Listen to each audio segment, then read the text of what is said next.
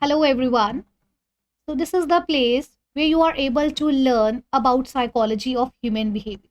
Here, you are able to learn the practical tips and tricks for personal growth and development.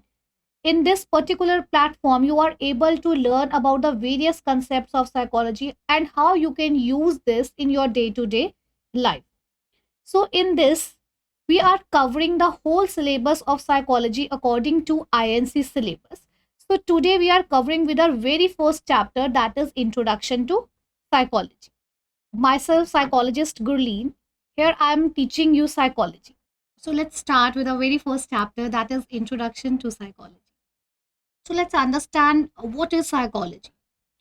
When this discipline came into existence, जब ये discipline आया, so that comes with a definition that कि जो psychology है, it is a study of soul, mind, consciousness. So these kind of terms were used at that time, right? But nowadays we are accepting the definition that psychology is the scientific study of human behavior and its mental processes. But let's quickly understand the meaning of word psychology. अब psychology को दो word से, Greek word से लिया गया है, that is psyche and logos. The meaning of psyche is soul and the logos means to study.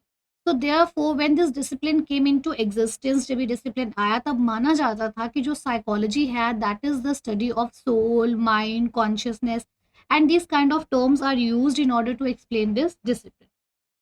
But later on these definitions faced lot of criticism because of lack of objectivity, because we cannot test, we cannot like reproduce or experiment these definitions, right? So firstly the definition came that it is a study of soul, then it is a study of mind, then the accepting definition which we are accepting today's is that कि जो psychology है that is the scientific study of human behavior and its mental processes. So I have seen that students just say in a simple language it is a study of human behavior. You have to use the term scientific because psychology is a scientific discipline, right? So now let's understand the definition of psychology. So the first definition is given by Fieldman in 2001, that psychology is the scientific study of human behavior and mental processes. So as we have understand it earlier, what are mental processes or cognitive processes, things which are going on in your mind internally, that are known as mental processes.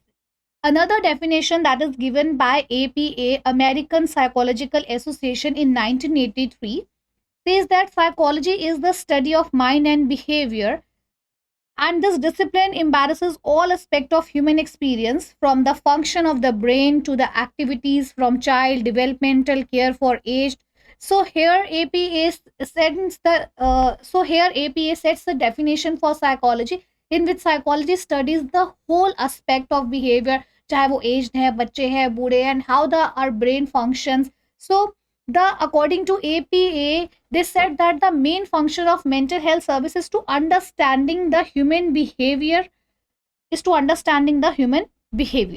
William Wundt, why he was interested, why he bring this discipline. So Wundt was interested in understanding structure of mind.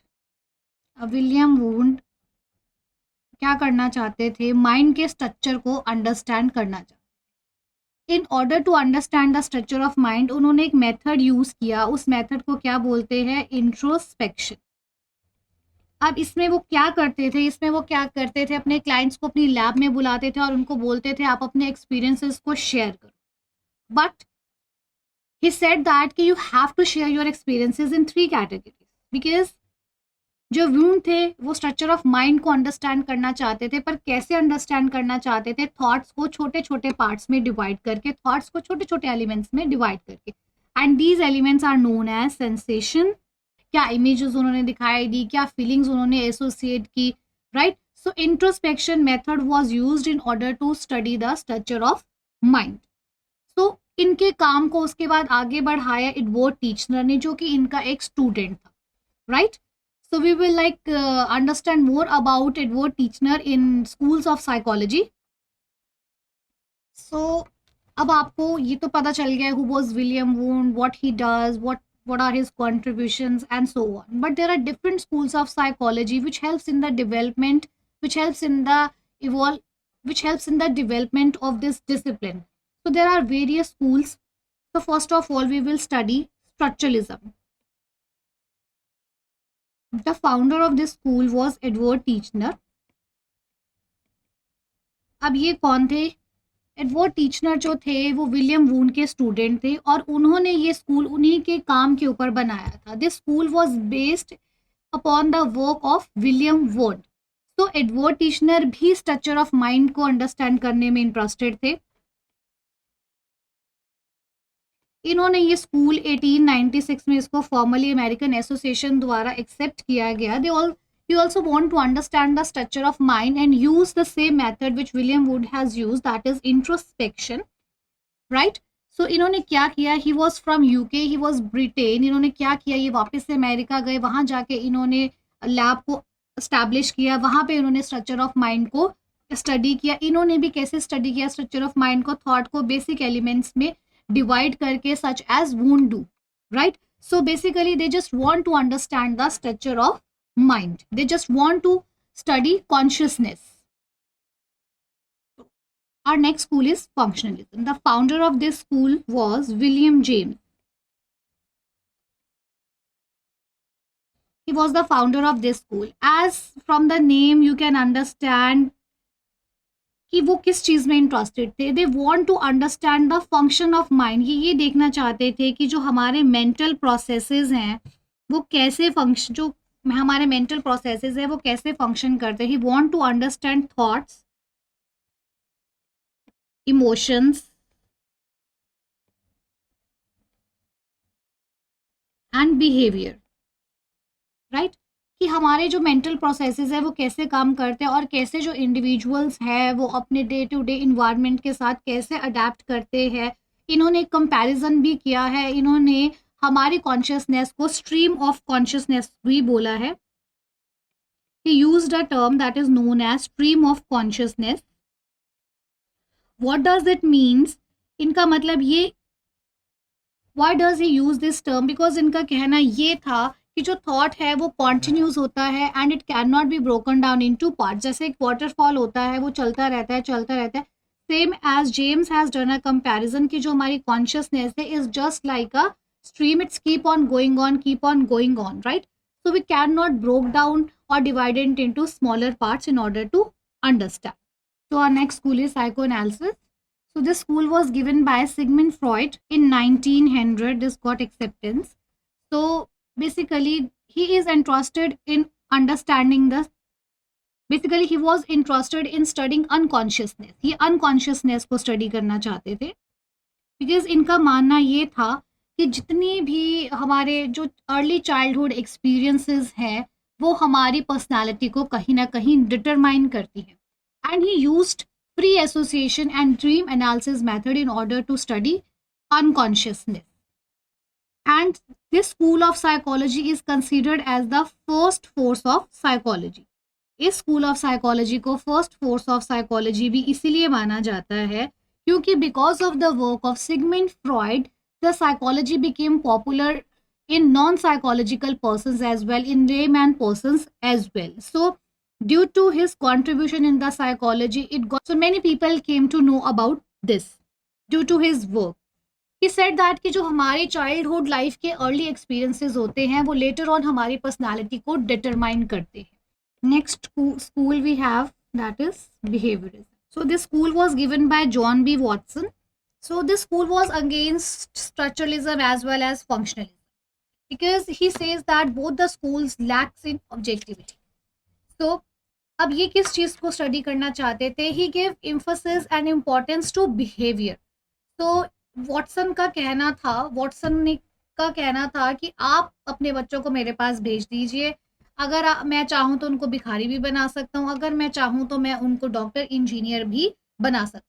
क्योंकि behaviourist का मानना था कि जितने भी behaviours हैं वो सारे हम क्या करते हैं, हम लर्न करते हैं. We learn all the behaviours. That is why he emphasise कि हमें ज़्यादा किसको इम्पोर्टेंस देनी चाहिए, बिहेवियर को इम्पोर्टेंस देनी चाहिए और हमें बिहेवियर को ही स्टडी करना चाहिए by using objective method. Right. And Watson कहते थे कि हम बिहेवियर को किसी भी तरीके से मॉडिफाई कर सकते हैं, हम बिहेवियर को मॉडिफाई कर सकते हैं, कैसे मॉडिफाई कर सकते हैं? By giving reinforcement and punishment. अब बिहेवियरिज्म स्कूल से बहुत सारी थ्योरीज जो है दैट केम इनटू एग्जिस्टेंस, आपने सुना ही होगा, that is given by Ivan Pavlov and Skinner. जितनी भी थ्योरीज हैं that are influenced by the school of behaviorism. Later on we will study about this and you will have a like greater understanding about this school of psychology. तो जो हमारे पास next school है that is known as humanistic psychology. अब इसके जो founder थे वो थे अब्राहम मास्लो, बट इस स्कूल के जो ग्रेटर कंट्रीब्यूटर है वो कार्ल रॉजर्स को भी माना जाता है। बट अगर आपसे कोई पूछे कि who was the founder, so Abraham Maslow was the founder of humanistic psychology. तो basically they are interested in understanding, इनका कहना था कि जो लोग हैं हर एक इंडिविजुअल को अपनी लाइफ में ग्रोथ चाहिए। अब जो हर एक इंडिविजुअल में डिफरेंट कैपेबिलिटीज हैं और they were like introduce the concept of free will. They were holding the believe that people are inherently good and are capable of doing good. For example, अगर आपको लगता है कि नहीं मेरे में 89% लाने की कैपेबिलिटी है, जब तक आप वो 89% नहीं लेके आते you will keep on growing, keep on moving, and when you will able to achieve that thing, that term is known as self actualisation. अब मास्लो का मानना ये था, मास्लो ने एक टर्म इंट्रोड्यूस की थी which we all are very aware, that is known as self actualisation. अब हम सब में कोई ना कोई कैपेबिलिटीज हैं, कोई ना कोई एबिलिटी है। When we reach our abilities, when we reach our capabilities, that point is known as self actualisation. अब सबकी सेल्फ एक्चुअलाइजेशन अलग अलग होगी, राइट। सो जो ह्यूमनिस्टिक साइकोलॉजी है उन्होंने इस चीज़ के ऊपर काम किया कि जो सब लोग हैं वो ग्रो करना चाहते हैं, पॉजिटिव वे में ग्रो करना चाहते हैं, right. So the next one is cognitive psychology. The next school of psychology is cognitive psychology. अब कॉग्निटिव साइकोलॉजी क्या करना चाहते थे? ये सिर्फ और सिर्फ मेंटल प्रोसेसेस को स्टडी करना चाहते थे। जैसे कि मैंने आपको शुरू में बताया कि मेंटल प्रोसेसेस क्या है, जो हमारे इंटरनल माइंड में चल रहा है, कैसे हम चीज़ों को अंडरस्टैंड करते हैं, प्रॉब्लम सॉल्विंग करते हैं, डिसीजन मेकिंग लेते हैं, right. So they just want to understand और want to do experiments on cognitive psychology और mental processes which are like commonly you can say that आपने देखे होंगे मेमोरी के बहुत सारे आपके पास टेस्ट होते होंगे, अटेंशन के होते होंगे। Next school we have that is known as humanistic psychology. So the founder of this school was Abraham Maslow. The greater contribution of Carl Rogers is also there. The contribution of Carl Rogers was also there, but if somebody will ask you in like MCQs ki who was the founder, then you have to take only Abraham Maslow. But they both did a lot of work in this school. So what will happen? What they want, what they say, what perspective they are having regarding this? They says that ki jo they just want to study the topic of free will. Next school is humanistic psychology. The founder of this school was Abraham Maslow. The next school is humanistic psychology, and the founder of this school was Abraham Maslow, and they talk about free will, self-actualization, and personal growth. They basically talk about these three things, that is free will, personal growth, right? अब इनका मानना ये था कि जो लोग हैं, कि जो पीपल है वो इनहेरेंटली गुड हैं और हर कोई अपनी लाइफ में जो है वो ग्रो करना चाहता है, हर किसी में कोई ना कोई कैपेबिलिटी है। And when the person when the individual reach its highest level, जब कोई भी इंडिविजुअल अकॉर्डिंग टू हिज और हर कैपेबिलिटीज एक लेवल के ऊपर पहुंच जाता है, उसको अचीव कर लेता है, that point is known as self actualisation.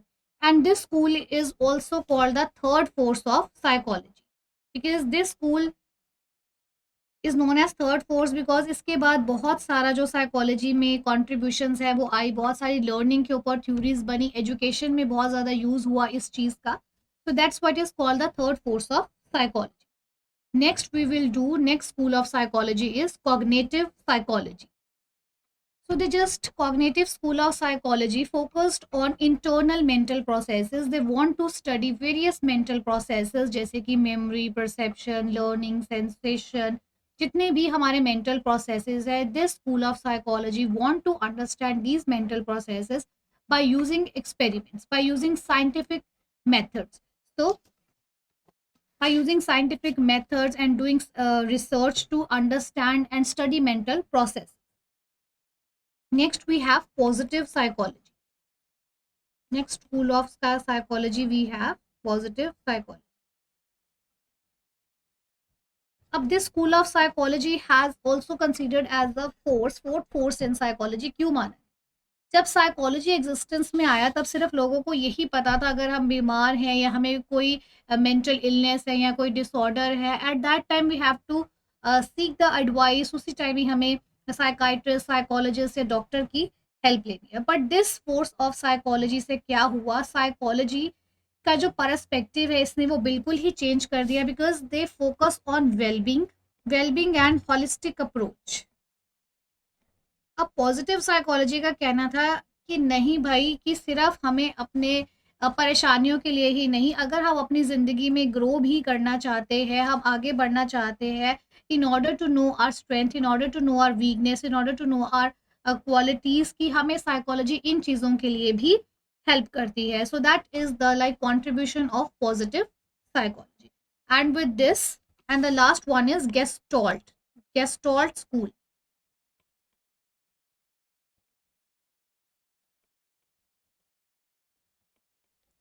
So the founder of this school was Max Wertheimer. अब इनका कहना ये था कि हम किसी के भी एक्सपीरियंसेस को टुकड़ों में बांट के स्टडी नहीं कर सकते. In order to have a better understanding हमें चीज़ों को पूरा ही समझना पड़ेगा. So he used a very common statement that whole is greater than sum of its parts. ये कहते थे कि हम किसी भी सिचुएशन को तोड़ मरोड़ के नहीं समझ सकते. हमें किसी भी अगर चीज़ को अंडरस्टैंड करना है तो हमें उसको कंप्लीट फॉर्म में ही अंडरस्टैंड करना पड़ेगा. That was the like main emphasis of this gestalt school, कि हमें चीज़ों को कंप्लीट समझना है, ना कि आधा अधूरा. We will like study about more this school of psychology when we'll do our topic perception, because it is related to perception.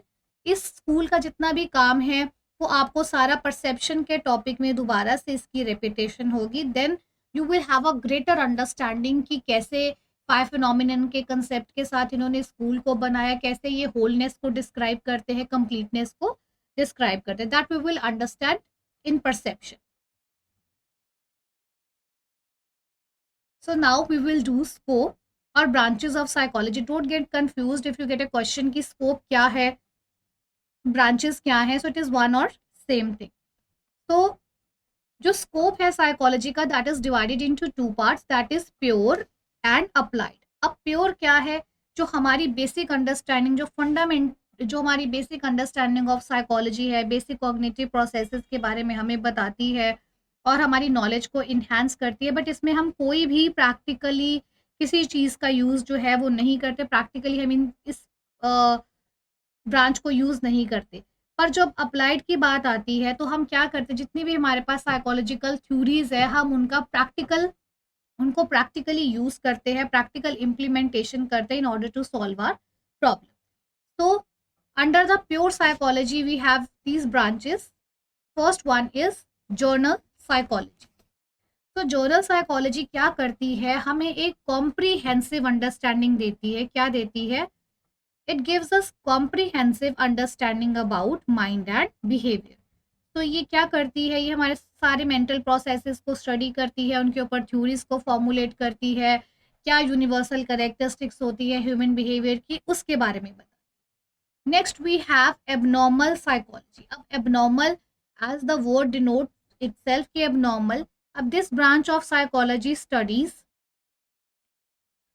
unusual behavior, emotions and feelings. अब बेसिकली क्या है, unusual behavior है, emotions है, feelings है, which already specifies a mental disorder ki what are the causes of any mental disorder, how to prevent it and what kind of treatment can be given. Next one is social psychology. अब यहाँ पे हमें word से ही देखना है social means society. अब social psychology किस चीज़ को अंडरस्टैंड करती है कि लोग हमें कैसे इन्फ्लुएंस करते हैं, हम कैसे लोगों से इन्फ्लुएंस होते हैं, how public opinion influences us, how we like adapt in the environment. So All these is studied by this branch of psychology that is known as social psychology. Next one is physiological psychology. A physiological psychology, as you all know that physiology means functioning of body parts. So physiological psychology क्या करती है, provide a biological basis of behaviour. ये हमें ये बताती है कि how mind and body is interrelated to each other. Next one is geopsychology. अब जियो साइकोलॉजी क्या कहती है कि कैसे जो डिफरेंट लोकेशंस हैं वो ह्यूमन बिहेवियर को जो है वो इन्फ्लुएंस करती है. आपने देखा होगा कि आप लोग ऐसे डिनोट करते हो कि जो लोग इस एरिया में रहते हैं वो ऐसे होते हैं, जो इस एरिया में रहते हैं वो ऐसे होते हैं. Basically how locations determine the behaviour of a human. Next one is developmental psychology. अब डेवलपमेंटल साइकोलॉजी किस चीज़ को स्टडी करती है? It studies different developmental stages of life from birth to death. कि कैसे डेवलपमेंट होती है, क्या चेंजेस आते हैं हर स्टेज में, क्या क्या चेंजेस जो हैं वो आते हैं हमारे में, how we become what we are, the concept of nature and nurturing. All this is studied under the heading of developmental psychology.